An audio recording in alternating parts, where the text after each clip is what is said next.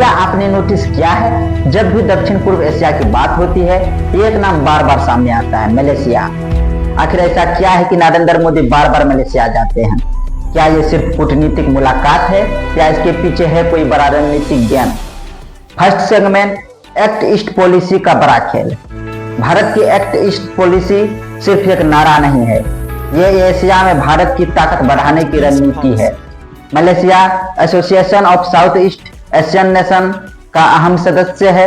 Asian में भारत का प्रवेश व्यापार, सुरक्षा और चीन के प्रभाव को संतुलित करने के लिए बेहद जरूरी है और मलेशिया इस दरवाजे की की पिलर है। सेकेंड सेगमेंट, व्यापार और निवेश। भारत और मलेशिया के बीच अरबों डॉलर का व्यापार होता है। पाम ऑयल का बड़ा हिस्सा भारत मलेशिया से खरीदता है। आईटी, इंफ्रास्ट्रक्चर और स्टार्टअप सेक्टर में साझेदारी, रक्षा सहयोग भी तेजी से बढ़ रहा है। जब दो देश आर्थिक रूप से मजबूत होते हैं तो राजनीतिक रिश्ते अपने आप मजबूत हो जाते हैं। थर्ड सेगमेंट, चीन फैक्टर। अब सबसे अहम मुद्दा चीन। दक्षिण चीन सागर में चीन का बढ़ता प्रभाव कई देशों को चिंता में डाल रहा है। भारत भी इंडो पैसिफिक रणनीति के तहत अपने सहयोगियों को मजबूत कर रहा है। मलेशिया जो समुद्री मार्गों के पास स्थित है, भारत के लिए रणनीतिक रूप से बहुत अहम है। यानी ये सिर्फ दोस्ती नहीं, ये एक जियोपॉलिटिकल चेस गेम है।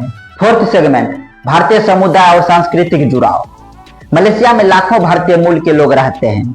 उनसे जुड़ाव, सांस्कृतिक कार्यक्रम और प्रवासी भारतीयों से संपर्क, ये भी हर दौरे का अहम हिस्सा होता है। भारत अपने डायस्पोरा को सॉफ्ट पावर की तरह इस्तेमाल करता है। तो अब सवाल का जवाब साफ है, पीएम मोदी का मलेशिया जाना सिर्फ एक यात्रा नहीं, यह है आर्थिक रणनीति, सुरक्षा साझेदारी, चीन को संतुलित करने की कोशिश और प्रवासी भारतीयों से जुड़ाव। यानी यह एक मल्टी लेयर्ड स्ट्रेटजी है।